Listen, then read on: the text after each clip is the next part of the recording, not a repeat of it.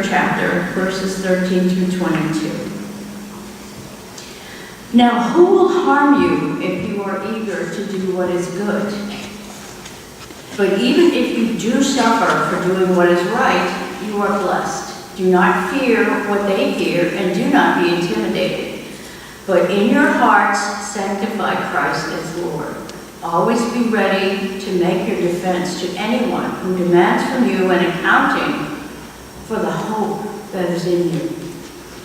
Yet do it with gentleness and reverence. Keep your conscience clear, so that when you are maligned, those who abuse you for your good conduct in Christ may be put to shame. For it is better to suffer for doing good, if suffering should be God's will, than to suffer for doing evil. For Christ also suffered for sins once for all, the righteous for the unrighteous, in order to bring you to God. He was put to death in the flesh, but made alive in the spirit, in which he went and made a proclamation to the spirits in prison, who in former times did not obey, when God waited patiently in the days of Noah, during the building of the ark, in which a few, that is, 8 persons, were saved through water. And baptism, which this prefigured, now saves you, not as the removal of dirt from your body, but as an appeal to God for a good conscience through the resurrection of Jesus Christ, who has gone into heaven and is at the right hand of God, with angels, authorities, and powers made subject to him. Thus ends the reading of the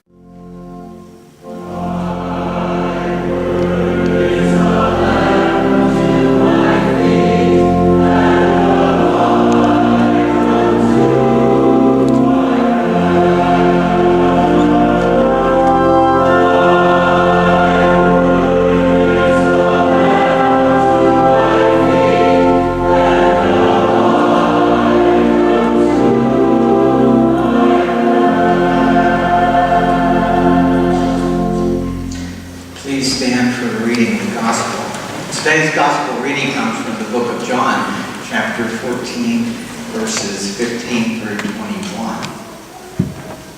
If you love me, you will keep my commandments. And I will ask the Father, and he will give you another advocate to be with you forever. This is the Spirit of truth, whom the world cannot receive, because it neither sees him nor knows him. You know him because he abides with you, and he will be in you. I will not leave you orphan. I'm coming to you. In a little while the world will no longer see me, but you will see me, because I live. You also will live. On that day you will know that I am in my Father, and you in me, and I in you. They who have my commandments and keep them are those who love me, and those who love me will be loved by my Father, and I will love them and reveal myself to them. This is the word of God for the people of God. Thanks be to God. Please be seated. What a journey we've been on. We talked about last week, we went through Lent, we went through the season of Easter, we went through resurrection. Now we're on the way. We're not done yet. We're on the journey towards Pentecost. I was thinking this morning, if we got frequent flyer miles, we'd have a free round trip to Hawaii and back. It'd be wonderful if you could just record those somehow, some way. This week was very interesting. Revelations happen a lot, often. Not just Revelation in the New Testament. This week I'm still suffering from bronchitis, so I had to make a doctor's appointment. And I go into the doctor's appointment, and I'm sitting there in the waiting room. You've all been through that, huh? And I'm sitting there, I'm waiting my turn. Sit down, and there's a nice lady next to me, and you know me, I never met a stranger. So she probably thought, oh no. But I look at her and say, hi, how are you? She said, So she looks back at me and she goes, "My name's so-and-so, how are you?" So we get to talking and she says, "What do you do?" And I said, "About what?" Trying to scare her. She goes, "No, I mean, what do you do?" Like, I'm waiting for the doctor? "No, I mean, what's your occupation?" "Oh, boy, ding, ding, ding, ding, ding. You have 3 hours?" "Maybe you do." And I looked at her and I said, "I'm a Christian pastor."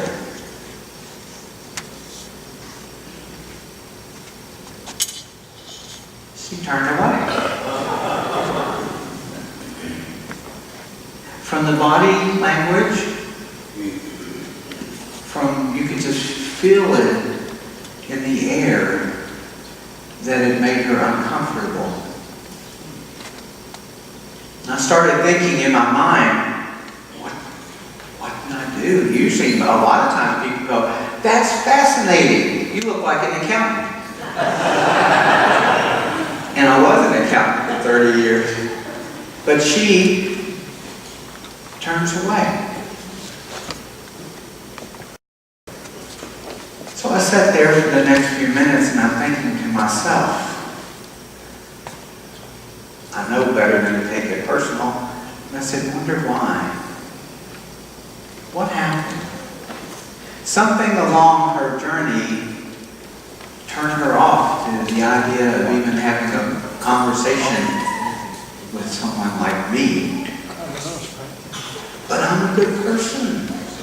I really try to live right. I try to love. I try to care for other people. But she just turned away. There was no recovery. Sometimes you just know.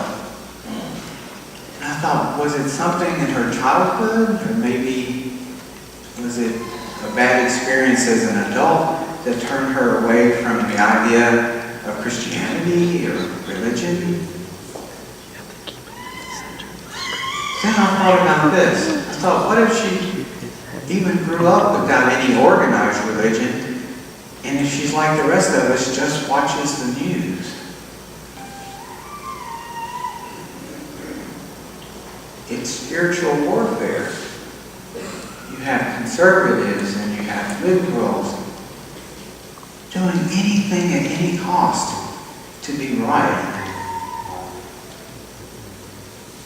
What impression does that make on someone who's seeking the peace that Jesus talks about? You see families torn apart. You see prejudice. You see 40,000 different Christian denominations around the world. You see a church on every corner on the same street, yet they don't ever even share a meal together. Dysfunctional. I'm sitting there thinking, what's been her experience? You read about church membership and attendance declining.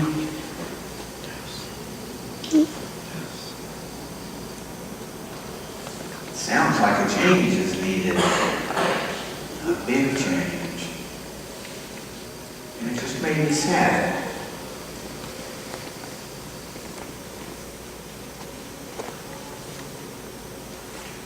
Very sad.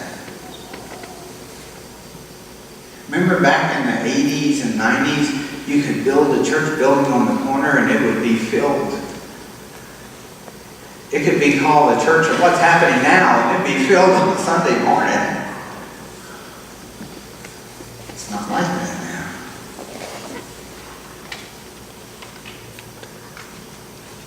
Personally, I have friends who were younger, 20s and 30s.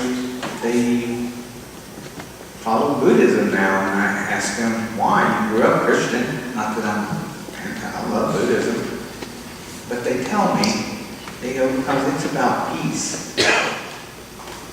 It's about harmony, about living, acknowledging the divine presence around us, within us, and through us. So that sounds familiar. The theme today is the Great Divide. The Great Divide. We live in a divided nation.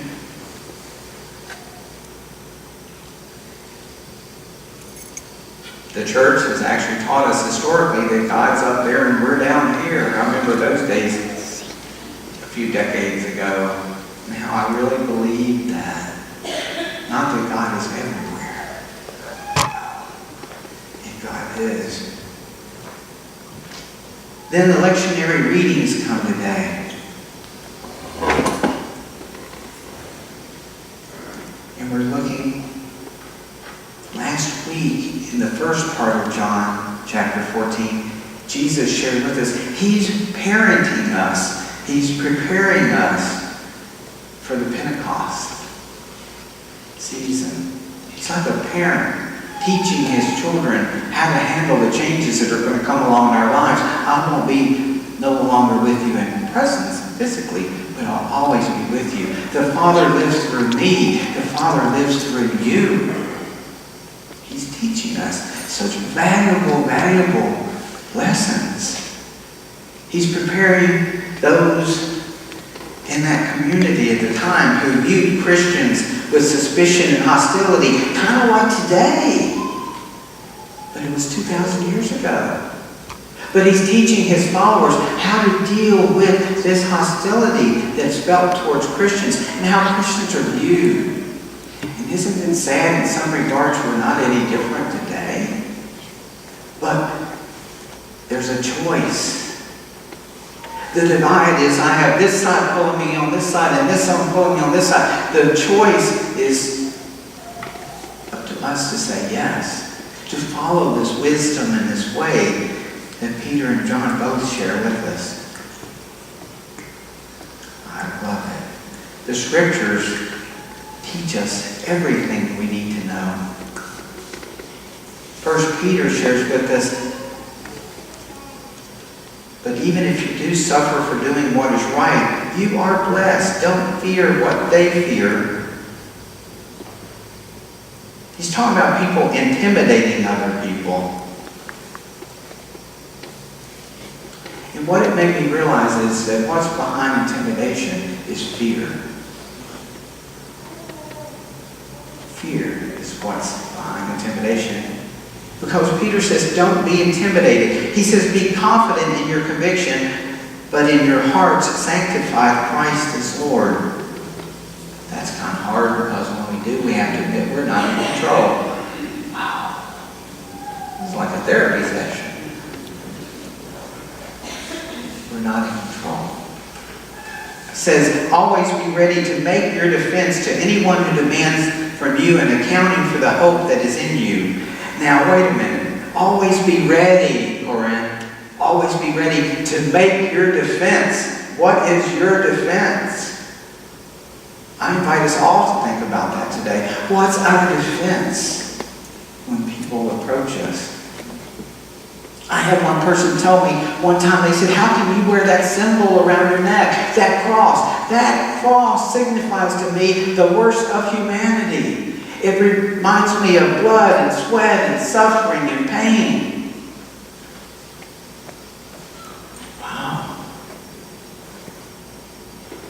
And I said, my defense was, it reminds me of unconditional love, faith and trust in God, redemption and grace. So it's the choices that we make. But Peter in this reading today is attempting to teach us. It says, keep your conscience clear when you're aligned. Those who abuse you for good conduct in Christ may be put to shame. For it's better to suffer for doing good. If suffering should be God's will, than to suffer for doing evil. And baptism, which this prefigure now saves you, not as a removal of dirt from the body, but as an appeal to God for a good conscience. So in other words, you never were unworthy, you never were dirty, but your baptism is about an appeal, your conscience is an appeal to God. That's Peter's pretty smart. This is filled with wisdom. So God's preparing us on our Pentecost journeys. How do we use this wisdom? How do we function today as Christians? And last week we covered the first half of John chapter 14. Today we're presented with the second half. And John says, if you love me, you'll keep my commandments. And I'll even help you. I'll ask the Father to send you an advocate to help you, to be there with you, to live and thrive and work through you, to guide you.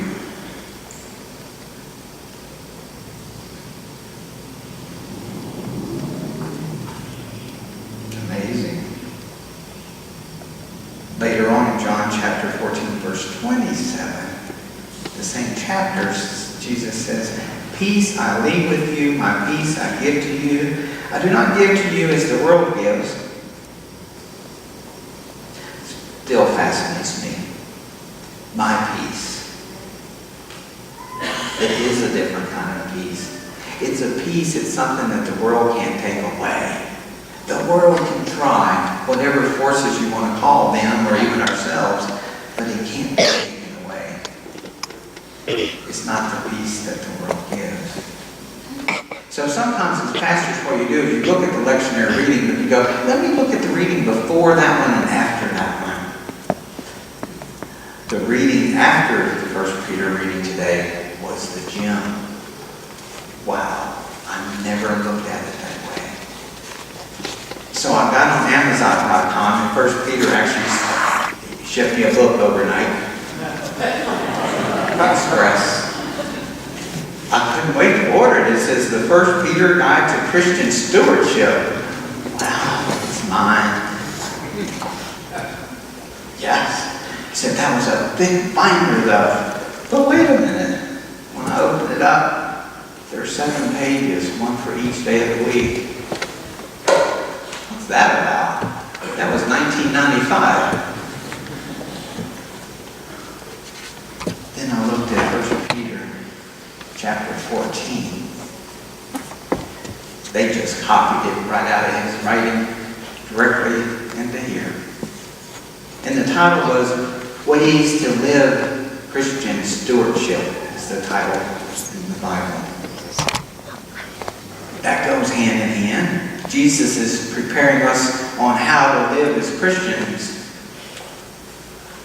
I teach stewardship. I've done so for about 10 years now, and never saw this passage in this light. This is the best.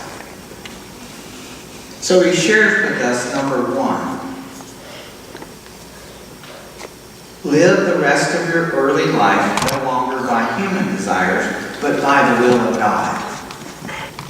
When I read that, if I was going to change tomorrow and live by the will of God, what would I do different?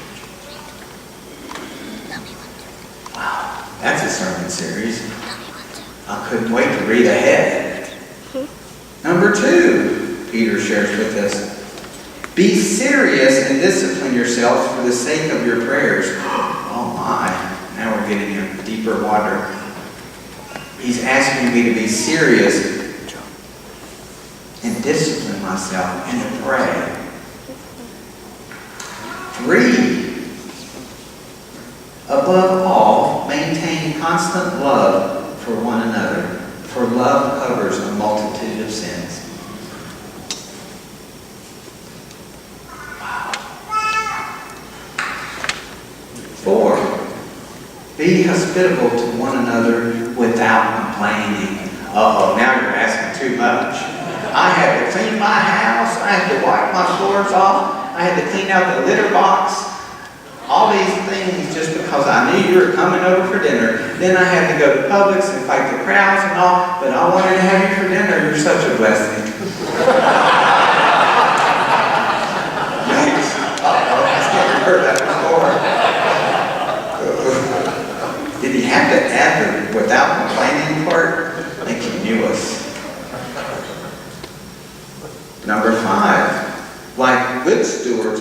is my favorite, the beauty of how this is written.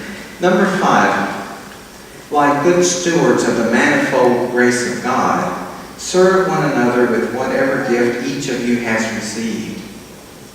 The manifold grace of God. Isn't that beautiful? And to serve one another with whatever gifts you have received. Just hit the gold mine of stewardship. Number 6, whoever speaks must do so. That's it. I can't go on. This is asking too much. Thank you for coming today. It didn't come from me. Number 6, whoever speaks must do so as one speaking the very words of God.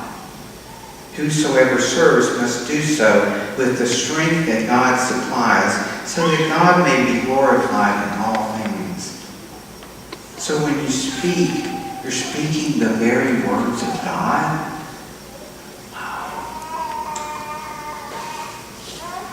That's powerful. We are powerful people. But number 7, I'll tell you, it just doesn't get better than this. Peter shares with us, glorify God in all things.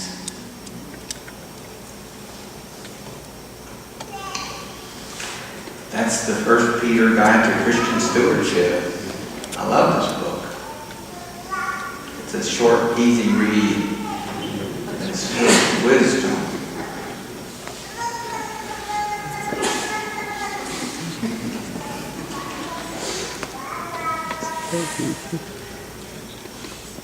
So it's 1 Peter chapter 4. The reading was from chapter 3 today. So I invite you tonight and this week, take a look closer at 1 Peter chapter 4. It really teaches us how to live, especially in this day and time in which we live. It helps give us advice on how to navigate, how to find the peace that Jesus tells us about. My peace I leave with you, my peace I give to you. According to Peter, it's our choice to say yes to it. We thank you for your instruction, Peter. Let's make it different. So next time we sit down with someone and we're going to talk about the good news in the gospel, that maybe they'll be a lot more receptive because of their experience with its message. Amen.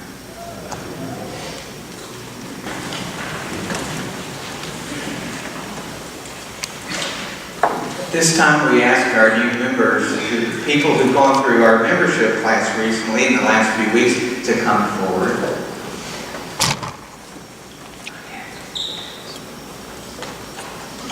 I know you're here. Sister Ellen, Lillian, Amanda, Jeff, Jason, Warren, Bruce, and RJ. These people have taken time out, and it's so appreciated, to go through our membership class, which kind of teaches about what the United Church of Christ denomination, our history is about, what our local church is about, our mission and our call, and what it means to be a member of the United Church of Christ in this spiritual community. And we thank you for doing so. Are you ready for the questions? Good. Listen closely. Let me ask each of you. Do you affirm your faith in God, our Creator, Jesus, our Good Shepherd, and the Holy Spirit, our Comforter and Guide, as you understand them? If so, please say, I do. Do you promise to participate actively in the life and ministries of this congregation, this family of faith, regularly attending service, studying the Scriptures, praying and learning and serving and growing in Christ, and supporting the ministries and the mission of this, your family, your home church? If so, please say, I do so promise. Now, I have a question for the congregation. Do you promise to support them, our new family members, and as they continue on their faith journey, if you promise to be there for them for all things spiritually. If so, please say, I do. Yay, good answer. Yay. Fred? Will all past and present board members please come forward to lay hands on our new members? All past and present board members, leadership team members. Barbara, you've been on the board before. In 61 years, a few times.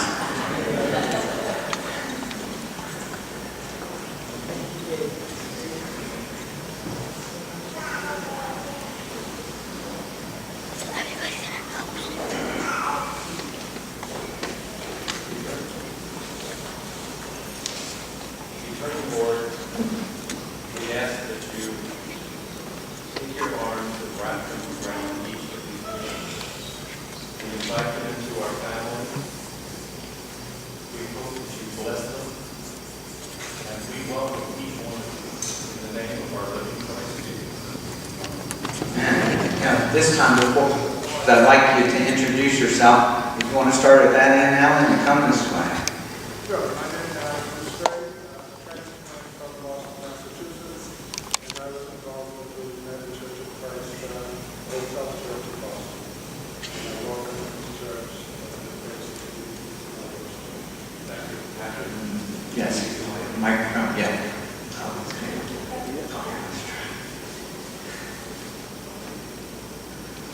Test.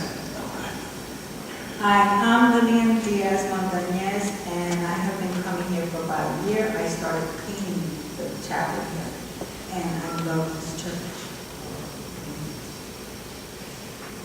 Hi, I'm Amanda Godwin, and I fell in love with the church because it's so beautiful, and it called to me. Thank you. Good morning. My name is Jeff Anderson. I started volunteering on Thursday for this ministry and was invited to church and was fell in love with the congregation in church. Hello, good morning everyone. I'm Jason McMullen. Today is my first day here. Wait a minute, I saw you proposed to your fiance. Your secretary. Proposed to listen to today right here in Lauderdale. The church means a lot to us, and glad to be a part of it. Lauren Manchester, or Jason's fiance. And we've been coming here for about 2 years, and it's been an absolute blessing and happy. Bonnie Nichols, it's the end of the choir, and it's just the fellowship and the friendliness of this church truly. Bruce Robert from Dunlap, and been coming here for less than a year, but everyone's been helpful and welcoming, and it's nice to see that. I'm RJ Hadley, and I just completed my 18 studies at Episcopal Community School in Cambridge, Massachusetts. Good job. Thank you. We'll present you our new members. Welcome them to the family.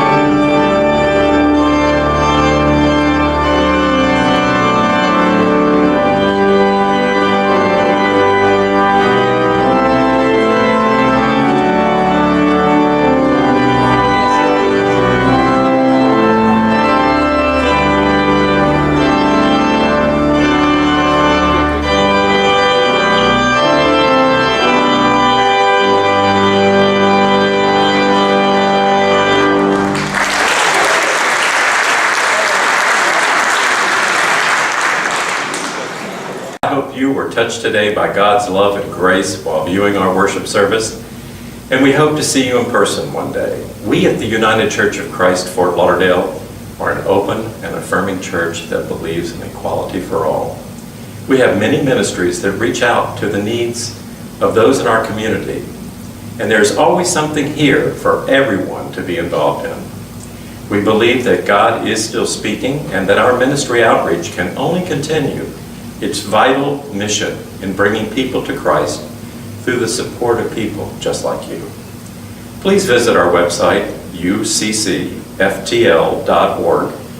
for more information about us, to submit a prayer request, or even donate to the church if you have been moved by the Spirit. You will help us in God's work in our ministry outreach. We look forward to hearing from you soon, and we hope to see you next week. May God's peace and love be with each and every one of you. And remember, God is still speaking.